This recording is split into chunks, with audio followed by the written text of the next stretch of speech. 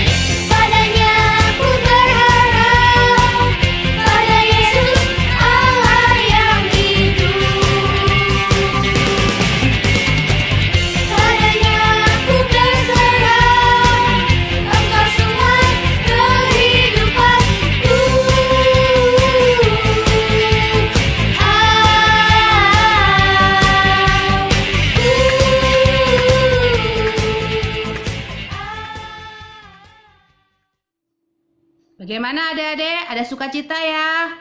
Pasti ada sukacita dan harus sukacita. Walaupun kita sekarang masih saja dalam keadaan pandemi, tapi kita tetap harus sukacita ya. Kita akan selalu menerima berkat Tuhan dan kita akan selalu meminta kepada Tuhan atas bimbingannya, atas berkat daripadanya ya. Nah, sekarang kita akan mendengarkan firman Tuhan yang akan dibawakan oleh Mbak Budi. Kita siap mendengarkan firman Tuhan dan kita nanti lakukan dalam kehidupan kita sehari-hari ya. Sebelumnya kita berdoa dulu. Ayo kita lipat tangan lagi, kita tutup mata. Tuhan Yesus, kami kembali kepadamu. Tuhan, terima kasih atas berkat yang selalu kami terima dari hari ke hari. Tuhan, kami akan mendengarkan firman-Mu, kami akan melakukan dalam kehidupan kami sehari-hari. Jagai kami selalu Tuhan. Terima kasih atas bimbingan-Mu, terima kasih atas berkat-Mu. Dalam nama Tuhan Yesus kami berdoa. Amin.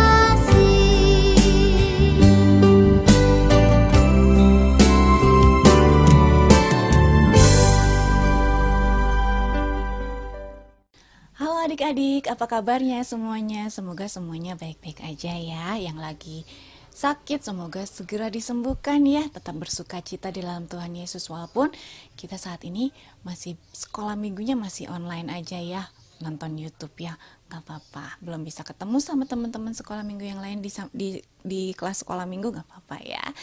Yuk Sekarang kita akan mendengarkan firman Tuhan dulu ya. Sebelum Mbak Budi cerita ya. Kita buka Alkitabnya dari Yohanes 12 ayat 20 sampai 33. Yuk kita buka bareng-bareng ya Alkitabnya ya.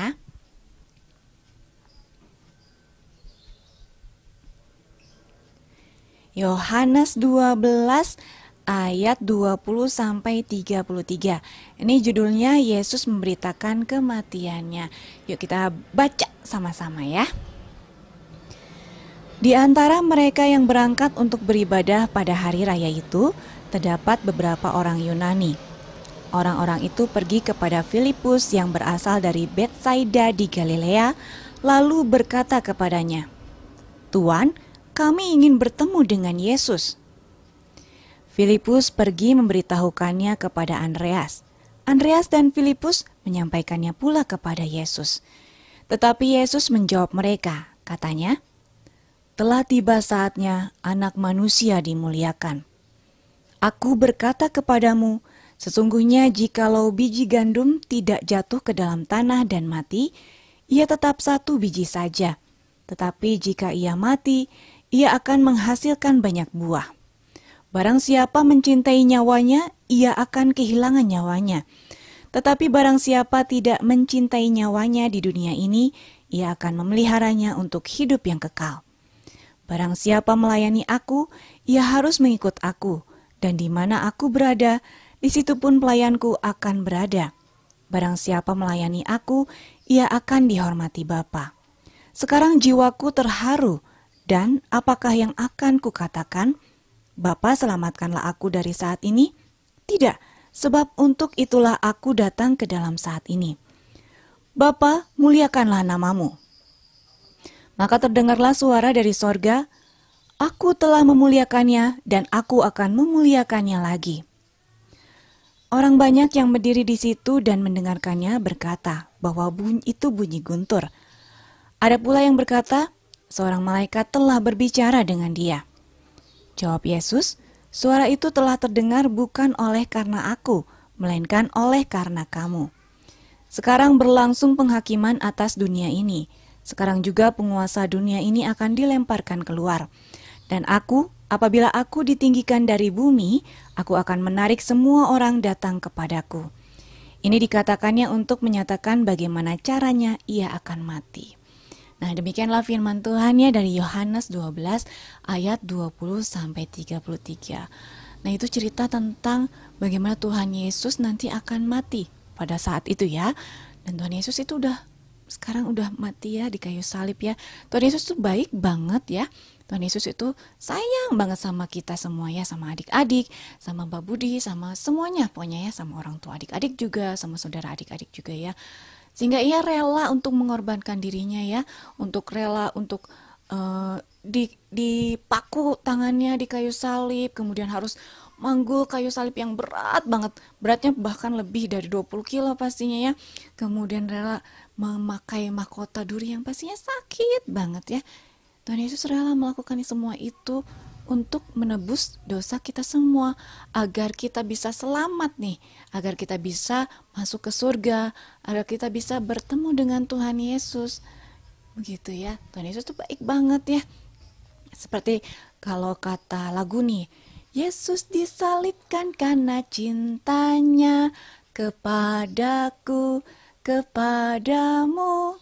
Yesus disalibkan karena cintanya, dosa dihapuskan. Tuh, Tuhan Yesus tuh baik banget karena cinta dia kepada kita semua. Dia mau di kayu salib, dia mau rela berkorban untuk kita semua. Nah, kita sebagai orang-orang yang sudah diselamatkan oleh Tuhan Yesus, harusnya kita bersyukur dong. Iya, bersyukur, Tuhan Yesus tuh baik banget. Nah, cara kita untuk bersyukur seperti apa nih? Ya benar, kita dengan cara memuji nama Tuhan, menyanyi ya, dengan cara berdoa, iya benar.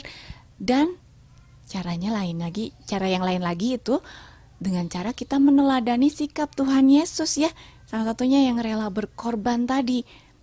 Nah, cara rela berkorban itu seperti apa aja sih? Kita lihat dulu ya cerita berikut ini. Ada seorang anak bernama Mika. Ia anak yang rajin dan baik hati.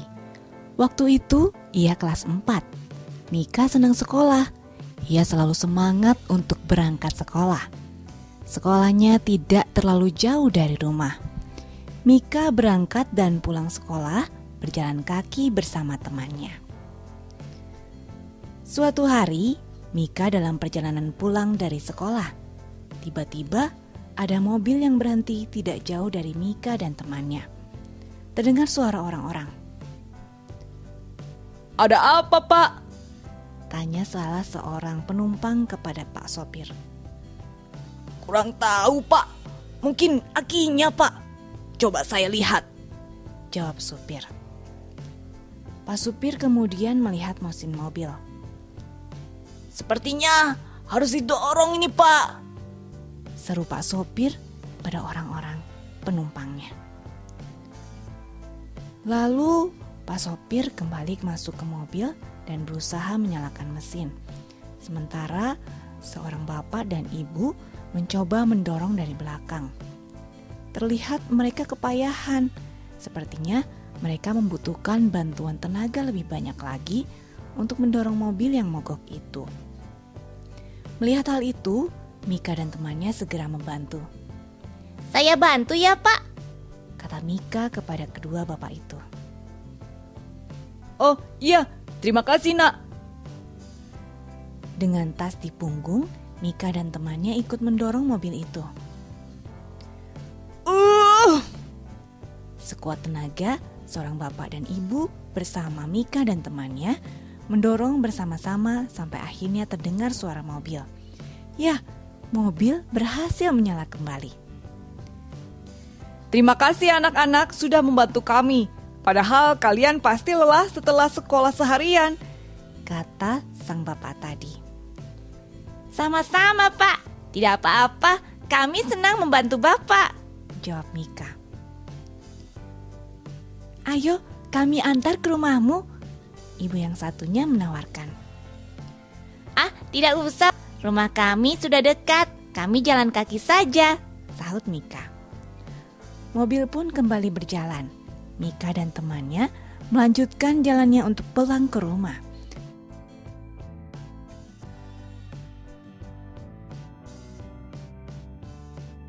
Nah, itu adik-adik tadi ya, salah satu cara rela berkorban seperti yang dilakukan oleh Mika dan teman-temannya ya, dengan temannya ya. Walaupun mereka udah capek nih ya, udah lelah nih habis dari sekolah, udah lapar, udah pengen makan pastinya ya. Mereka mau untuk membantu orang yang sedang kesulitan. Tadi ya dengan mendorong mobil yang sedang mogok gitu ya. Padahal kan dorong mobil itu pasti berat banget ya, capek pastinya, berkeringat pasti habis dorong mobil ya. Tapi mereka mau melakukannya. Nah, itu adalah salah satu contoh rela berkorban ya untuk sesama. Contoh lainnya, misalnya adik-adik tuh lagi main nih, punya mainan kesayangan nih ya. Aduh, ini aku sayang banget sama mainan ini. Misalnya boneka atau kereta-keretaan atau robot-robotan. Aku sayang banget sama mainan ini. Tapi ada teman adik-adik yang aku suka sama mainan itu, aku boleh pinjem gak? Gitu. Mau gak adik-adik pinjemin? Harusnya mau ya. Adik-adik, biarpun adik-adik sayang sama barang itu, tapi kalau ada teman adik-adik yang mau pinjem, kita berikan, dipinjemin aja, biar teman adik-adik juga senang ya. Terus rela berkorban yang lainnya, misalnya adik-adik udah dapet uang jajan nih dari orang tua ya. Asik, aku dapet 5.000, mau aku beliin es krim. Tapi setelah beli es krim, tiba-tiba adik-adik ngelihat ada anak kecil di pinggir jalan yang sedih, kelaparan. Mau nggak es krimnya dikasihin ke ke anak itu? Ya, sebagai anak Tuhan yang sudah diajarkan untuk rela berkorban ya, kita bolehlah kasih es krim itu ke anak itu ya, biar anak itu nggak kelaparan. Kalau adik-adik kan masih bisa nanti minta, misalnya minta uang lagi lah ke mama papa, atau misalnya nanti kan ada makanan lain ya di rumah, kalau es krim bisa besok lagi belinya, kalau ada dikasih uang jajan lagi kan bisa beli lagi. Kalau anak itu nggak tahu kapan dia dapat uang dari orang tuanya, mungkin orang tuanya juga miskin sehingga dia juga kelaparan ya. Nah itu ya, beberapa contoh rela berkorban yang bisa adik-adik lakukan ya. Yuk kita belajar bersama-sama untuk rela berkorban untuk orang lain, biar orang lain merasakan senang, merasakan sukacita seperti yang udah kita rasakan karena kita udah ditebus dosanya oleh Tuhan ya, oleh Tuhan Yesus. Kita udah ditebus dosanya, udah bisa selamat ya, udah bisa masuk ke surga nantinya ya. Yuk kita sama-sama belajar untuk rela berkorban. Sekarang kita akan berdoa dulu ya untuk mengakhiri ibadah hari ini. Yuk kita sama-sama tutup mata, lipat tangan, mari kita berdoa.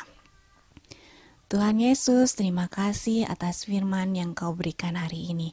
Tuhan, ajarlah kami untuk seperti Engkau yang rela berkorban untuk sesama kami semua ya Tuhan. Yang Engkau sudah rela berkorban untuk kami semua dengan mati di kayu salib.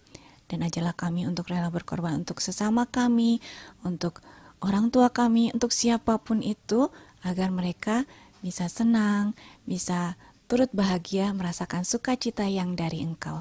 Terima kasih Tuhan, dalam nama Tuhan Yesus Kristus kami berdoa. Amin.